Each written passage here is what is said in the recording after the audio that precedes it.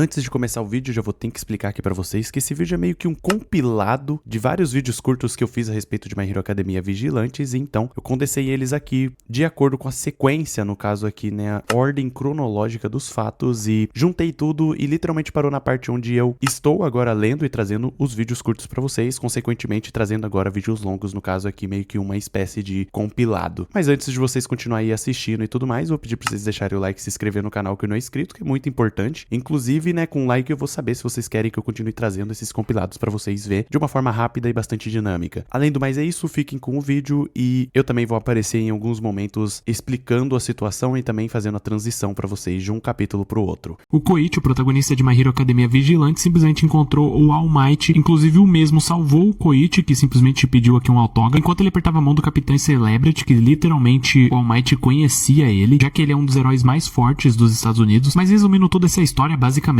o Capitão Celebrity e o Koichi tiveram que lidar aqui com um vilão extremamente forte sozinhos, enquanto o Capitão Celebrity segurava aqui uma torre gigantesca sozinho. Até o momento que chegou outros heróis extremamente poderosos, aqueles que vocês já conhecem de My Hero Academia original, só que também é devido a uma certa explosão causada por um outro vilão que estava por trás de tudo isso, tudo estaria completamente perdido. Inclusive o Capitão Celebrity ia cair de toda aquela altura devido a ele ter gastado completamente a sua energia. No momento que simplesmente chega o top 1, né, o ADM do servidor, ele consegue, entre aspas, dar uma segurada ali na torre, enquanto buscava um monte de gatinhos que iriam se machucar no processo, salva a torre, salva as pessoas que estão lá em cima e ainda consegue resgatar da queda o Capitão Celebrity, que já não tinha mais energia, e também o Koichi, o nosso protagonista. Meu amigo, isso aqui só serviu de feito pro All Might pra mostrar a diferença dele entre todos os outros heróis. Utilizando apenas um Nebraska Smash, mandou aquele vilão pra longe, criando um baita de um tornado. Mas não acabou por aí, ainda teriam que enfrentar simplesmente o Flash de My Hero Academia. No caso, acabou só ficando para o Knuckle Dust sozinho, tendo que enfrentar esse cara veloz. O mesmo que estava se aproveitando aqui de uma boa posição, enquanto o vilão estava distraído observando tudo aquilo lá que acontecia. Ele então calculava a distância de 250 metros, vento 8 metros por segundo vindo do sudoeste. O alvo é a cabeça, mas algo apareceu e simplesmente atrapalhou um pouquinho a visão dele, acertando diretamente o ombro daquele cara. Ele então utiliza a sua super velocidade para sair da mira do Knuckle, simplesmente desaparecendo e indo em direção a ele. Eu jurava que nessa cena poderia ter acontecido aquela cena lá do Flash, onde tentam acertar o Flash com uma sniper e simplesmente aparece do lado do atirador dizendo, ué, acertou ele. Quase que isso acontece. No caso, o cara aparece atrás dele e diz, e aí? Então o mesmo conversa explicando aquela aceleração chamada de Overlock, uma individualidade que um dia foi carregada pelo herói de alta velocidade O'Clock. Ah é? Você esteve na minha mira por muito tempo? Então quem é você? O mesmo então se pergunta, o quê? O meu nome? Você está interessado assim? Me sinto honrado, porém eu sou apenas um ninguém, apenas uma coisa esquisita, mal desenvolvida. Eles me chamam também de número 6, mas isso é só um número, não é um nome de verdade, então pode me chamar de O'Clock, não há outro nome para mim. Ele então explica suas motivações para querer continuar o legado de O'Clock. Isso porque que desde que ele era pequeno, sim, ele, essa coisa estranha, completamente cagada, assistia o O'Clock salvando pessoas e tudo mais, mas enfim, eu vou bem resumir essa história. Então naquele momento de distração, simplesmente ele parte pra cima do Knuckle, e aquilo ali vai ser um papo de uma grande luta entre os dois, onde o mesmo maluco simplesmente falou que o Knuckle Duster simplesmente é de longe um dos melhores, até mesmo do que o nosso velho número 1 All Might. E o Knuckle Duster simplesmente ter explodido o terraço do prédio, o tal O'Clock simplesmente pensa, não tem aonde pisar, eu não posso me mover no meio do ar. Não só o terraço, essa explosão destruiu 3 andares inteiros, te colocando em queda livre e tornando essa aceleração inútil, enquanto simplesmente pega aqui uma espingarda. Então ele diz, eu não entendi uma coisa, antes você tentou atirar na minha cabeça, mas agora você está tentando me capturar vivo enquanto tá completamente machucado depois de cair daquele terraço. Você quer que eu me renda? Quer que eu admita a derrota? Por que você prefere não ter que me matar? É isso? No momento que ele continuar falando um monte de coisa, simplesmente o Knuckle Dust mete um pesão na cara dele e diz, claro, abater um vilão perigoso está no topo da minha lista de prioridades, mas se eu conseguir arrancar uma informação sobre o líder, melhor ainda, enquanto tá simplesmente pisoteando a cara dele. Só que naquele momento o braço do O'Clock fica com essas bolhas e então ele diz, eu trouxe pra você algumas das células explosivas, transformando meu próprio braço em uma bomba, explodindo bem na cara do Knuckle. O mesmo cai machucado, mas logo se levanta, começando assim uma porradaria sincera no mano a mano, e obviamente o O'Clock tá utilizando os seus braços explosivos. Logo depois dessa cena é cortado aqui pra um momento pós-batalha, ou seja, não é demonstrado exatamente quem ganhou e o que aconteceu com os envolvidos. Mas enfim, a perícia, vendo aquele local completamente destruído, pegaram DNA e assim confirmando que o Knuckle Duster era o antigo O'Clock, o tal carinha que simplesmente aquele outro maluco que era uma gosma idolatrava. Então realmente, isso aqui tá comprovado e é ele de fato. Então é continuado a história do nosso protagonista, o Koichi, o qual encontra o Aizawa e de uma forma até até que meio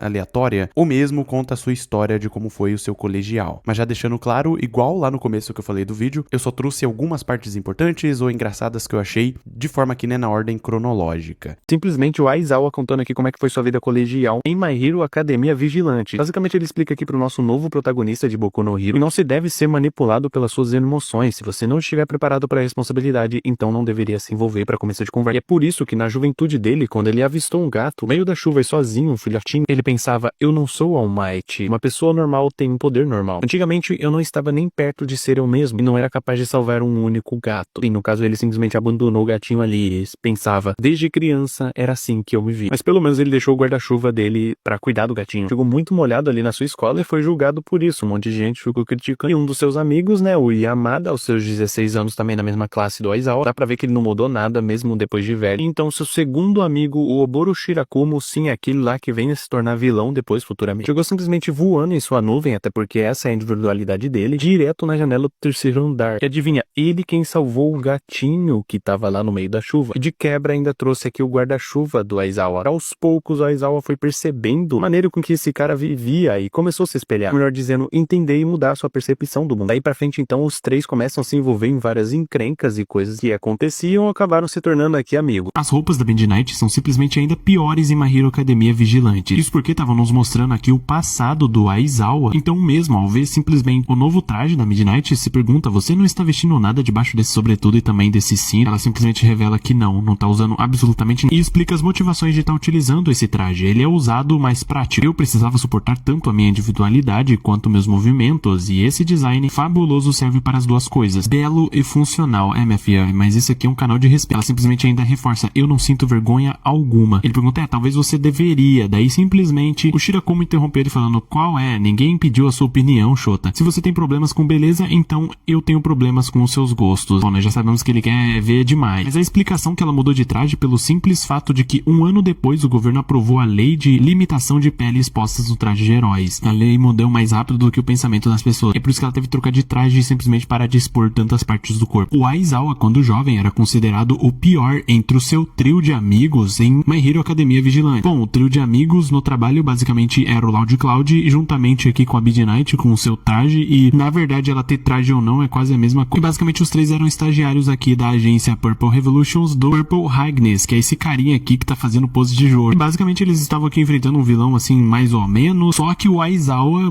considerado entre os piores, simplesmente era quase que um peso morto, e então o tal mestre deles teria que cuidar dele. E basicamente depois ele ter enfrentado o vilão, ele diz a polícia vai cuidar de todo o resto agora, e os outros pedem desculpas por não ter chego a tempo e pegou o vilão. E então ele elogia aqui a Midnight, falando que ela fez a coisa certa, apenas caçadores de recompensas estão nessa de só correr atrás do prêmio, vencer não importa o que. Deixar a vitória de lado e priorizar a vida dos civis inocentes faz de você uma verdadeira heroína. Logo depois ele elogia aqui o Loud, você está sempre pronto para fazer o próximo movimento sem hesitação, julgamento rápido é uma virtude sem dúvida, mas você, Eraserhead, no caso que o Aizawa já tava até suando frio, você é péssimo. Se importa nos dizer o que você fez de errado, ele pensa, demorei pra reagir e deixei o vilão usar sua individualidade primeiro, e por isso ele escapou. Ele diz que não é nada disso, ele não é fraco, eu só estou falando aqui dessa sua cara de triste. E novamente ele fazendo pose de Jojo. Me escuta bem, heróis estão aqui pra dar esperança àqueles que estão em desespero, mas você é a própria encarnação do estresse e acaba com a moral das pessoas que precisam ser salvas só por conta dessa sua cara. E é por isso que ele era o horrível e o pior entre os três, porque simplesmente ele não exalava aquela confiança e todo o resto. Mas sendo realista, sim, ele era muito ruim entre os três devido à sua falta de confiança, literalmente. E depois dele ter resolvido esse problema de autoconfiança e também poder utilizar a sua individualidade, ele melhorou pra caramba. Porém, de acordo com o mestre dele, ele tem muito que melhorar nesse seu sorriso meia boa. Mas também eu não julgo, né?